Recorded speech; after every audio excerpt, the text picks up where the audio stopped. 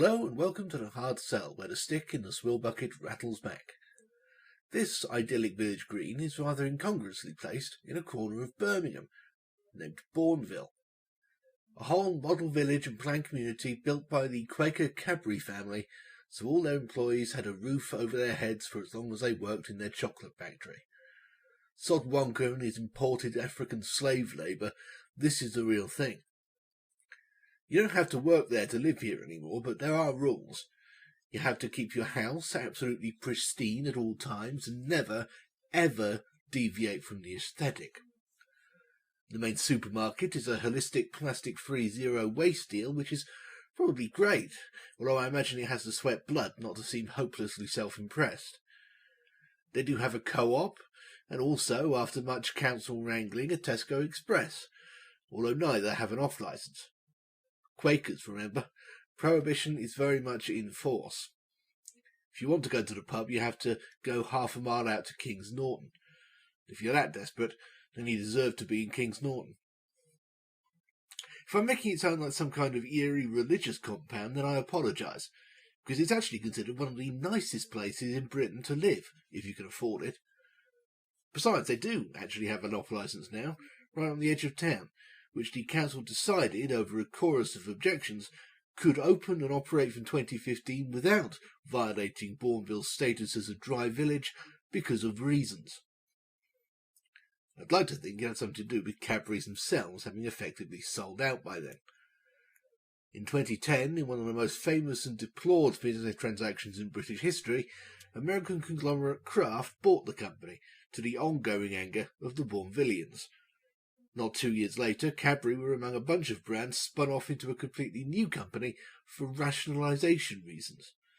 So now they're owned by something called Mondelez, which is a made-up word meant to vaguely suggest delicious world, but which is actually a meaningless conglomeration of syllables.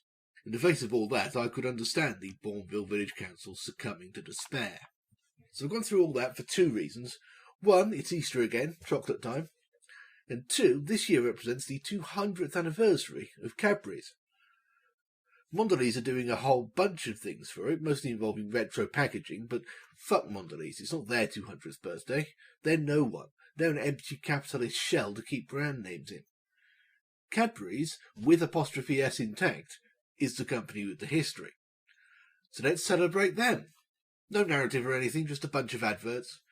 We never once haven't been covered in the million years I've been doing this programme. First, let's leave Birmingham for Canada. Pretend the backdrop just changed. It's surprisingly more trouble than it's worth to actually do that. Anyway, Canada, and the attempt to launch the Flake over there. The Flake is one of Cadbury's most popular products over here, of course, created by accident when someone at the factory saw how strands of overflow chocolate were melting around each other and thought, we could make a whole new bar out of that. In this country, it's famously been promoted as sophisticated and sensual, or more accurately, just plain sex-drenched, but upper-crust sex, in mansions and meadows with classy birds, not slavering pre-epic age 3 stuff. Debbie Lang's tongue notwithstanding. Anyway, we know all that. In Canada, they apparently don't have sex drives, because they went in a very different direction when they launched it over there. New Cadbury's Flake. A twist of the wrapper reveals milk chocolate like you've never tasted it before. Flake's chocolate is so rich, Flake's texture so flaky. How then to get every last tasty morsel? You can always fall back on the force of gravity. Wind power works in a pinch, but for sheer efficiency, the human vacuum really cleans up. Cadbury's Flake. Milk chocolate so delicious, once you taste it, you won't want to waste it. Well, why not? The sexy sexiness used over here is ultimately just as arbitrary a choice as this more slapstick, even pantomimic approach. It's actually quite a good angle. The crumbliness of the flake does indeed lead to large amounts of residue. Combine that with a too good to waste message and you could go far with a cream egg style how do you eat yours type campaign detailing various ways to deliciously deal with it. The main problem with this advert itself is twofold: pacing and tone. It's too leisurely in getting to the point about the crumbly bits, and then the narration is just far too mannered. And what's the tone even supposed to be? A Camp Orson Welles type? Why does he sound faintly sarcastic? And why is all this accompanied by Boccherini's minuet and trio rearranged for harpsichord? What are we supposed to be thinking and feeling?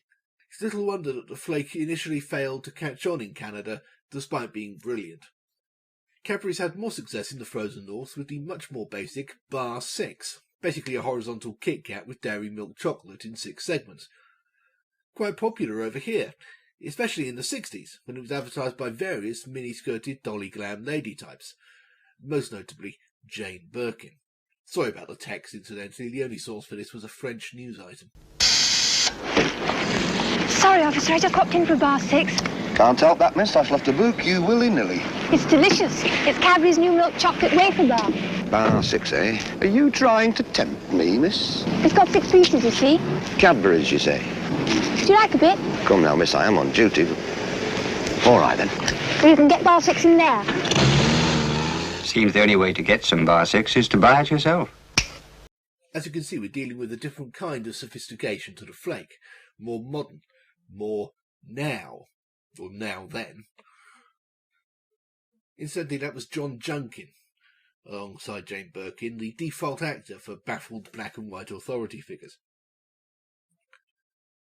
So like I said, quite popular at the time among people for whom, I guess, Kit Kats were too wide. And it was popular in Canada too, but they seem to be going for a slightly different audience, who may not have existed. Give me a candy bar and make it snappy. He wants candy bar and he wants it snappy.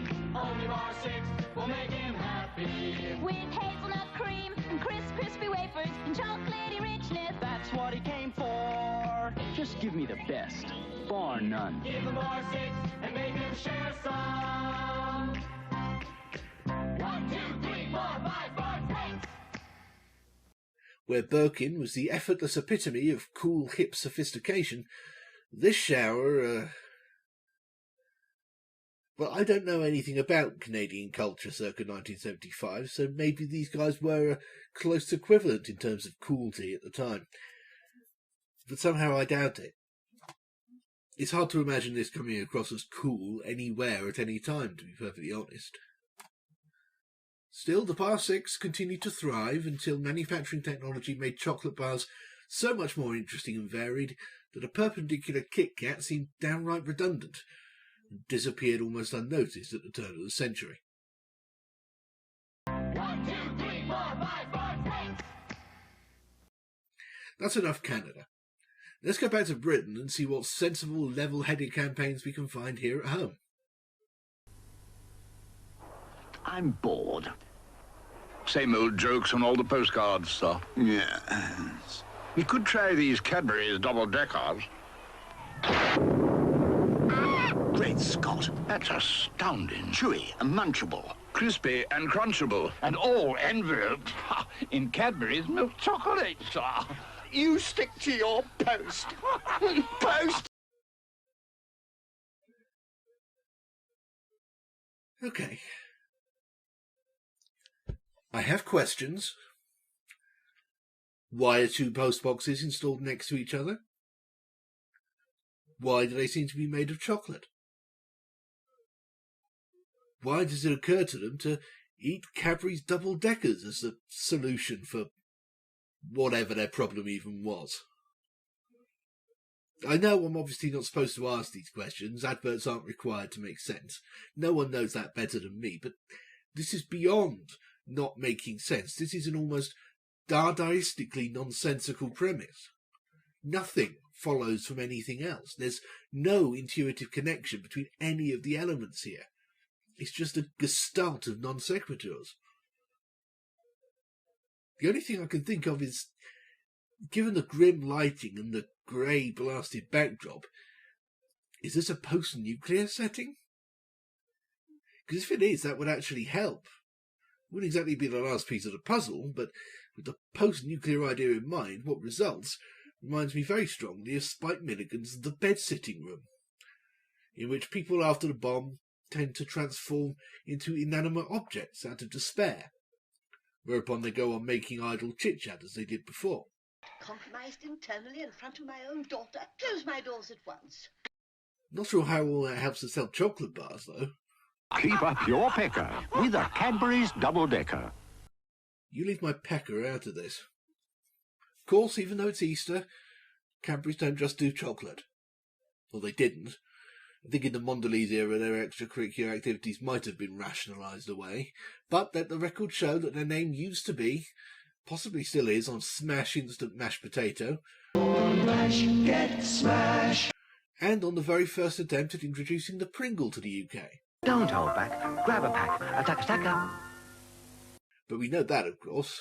Both of those have featured on this benighted programme before. This hasn't. Are you making the most of your Marvel? Something Avengers whatever powdered milk. With half the fat and twice the wartime rationing vibes. Marvel makes cooking deliciously light and helps keep you looking just right. When used in a calorie-controlled diet, Marvel's made from pure fresh milk, but has almost no fat and around half the calories per pint. So if you want to slim and keep in trim, it's marvellous what Marvel can do. Being essentially a slimming aid, there's the usual eerie body standards. Marvel makes cooking deliciously light and helps keep you looking just right. Because you don't want to look wrong, now do you? Respect for speaking the rather awkward disclaimer aloud and not breaking stride. When used in a calorie-controlled diet. But there's a reason it's usually expressed as small print at the bottom of the screen. That, from 1981 if you're counting, was a bit cold and clinical, with the teddy bear voice of Ray Brooks oddly actually adding to that feel. He's just so impossibly cosy, he's almost inhuman. The best thing in situations like these is to picture him drinking copiously between takes of Rupert Bear narration, to cope with the syrupy rhyming nature of it all. Rupert, you've got to help him. He's so unwell. Let me take you to him on this giant seashell. That's not a joke, he really did hate doing that. Anyway, that wasn't anything like as insidious or as guilt-centred as Marvel's most famous campaign a few years later. Somebody isn't using Marvel. Marvel is over 99% fat-free. Somebody isn't using Marvel. I hope it's not you. I know it's not me. Cadbury's Marvel, marvellously fat-free. Welcome to Backdrop Land. The artificiality's really ladled on with a spoon here, to go with the musical feel of the song and probably to make the central joke land better. And that joke is, of course, that if you're still using regular milk and not Marvel powdered delights, you're a disgusting hundredweight-sized bloater who's letting down not only yourself, but everyone around you, you fat bastard. Even if you happen to look exactly the same size and weight as everyone else. And even if that makes you actually downright skinny. An uplifting message with absolutely no potential negative effects whatsoever. You can still get it, albeit not Cadbury's anymore. Kevin Feige is yet to sue. Or you could, and frankly in the absence of a compelling reason not to, probably should, alternatively, just use real actual skimmed milk. Which would be less of a faff, taste nicer, and leave a lot less residue at the bottom of your mug. I can only imagine Marvel would sick this insane, judgmental chorus on you if you didn't. And they'd loudly shame you to death. Cadbury's Marvel, marvellously fat-free. Let's steer things back to chocolate for the ending here. And of course, Bourneville itself, the brand, is a much acclaimed dark choc, originally invented by the Cadburys themselves. So its aesthetic has always been very stately and old-fashioned, as befits a brand steeped in and inextricable from the company's history. So much so that it tends to be advertised through romanticised versions of it. In the 1870s, the Cadbury brothers set up shop in Bournville. There were many other makers of chocolate, but the Cadburys had to do it differently.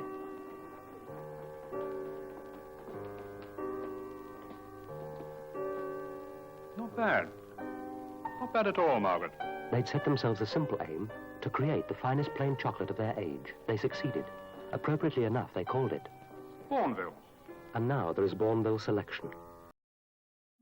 Count the old-timey English touches.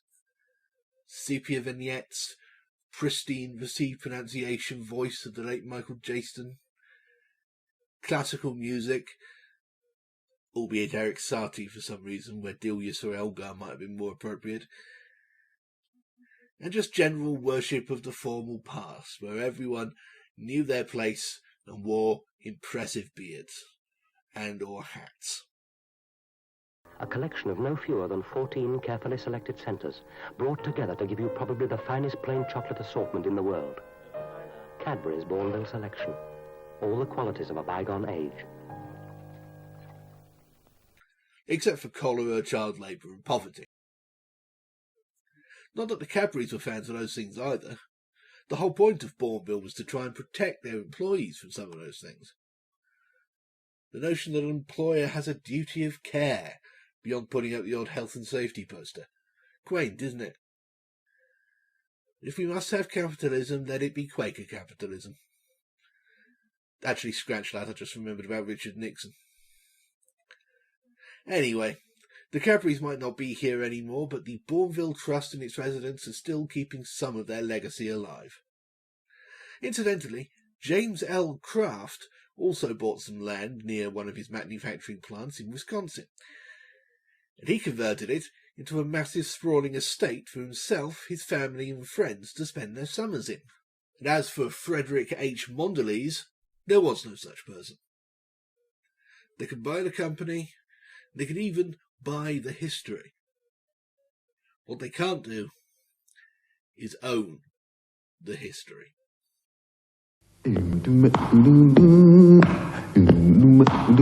Well, baby, I'm thinking about your chocolate. Well, baby, I'm thinking about your taste. Well, baby, I'm thinking about your chocolate. Thinking about your taste. Well, baby, I'm thinking about your chocolate. Thinking about your taste.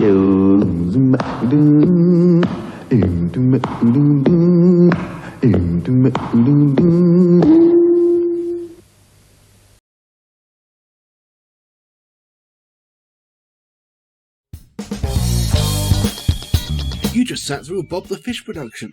Nice! If you haven't already, you absolutely must check out bobthefish.org.uk. Literally hundreds more videos not unlike that one, adding up to days worth of entertainment and all absolutely free. But if you're not a cold-hearted skinflint, you can always support us on Patreon. For as little as anything at all, you can make programmes like the one you just watched possible in the first place, and become eligible for bonus material such as glimpses of the book I'm writing about the BBC, monthly riffings on random commercial breaks, the complete archives of the angry political satire magazine Two Sons, and even the odd very occasional bonus video essay unavailable anywhere else. If nothing else, you should prevent me from starving and or freezing to death in the foreseeable future, so that'll be nice. No pressure or anything. You make it what it is.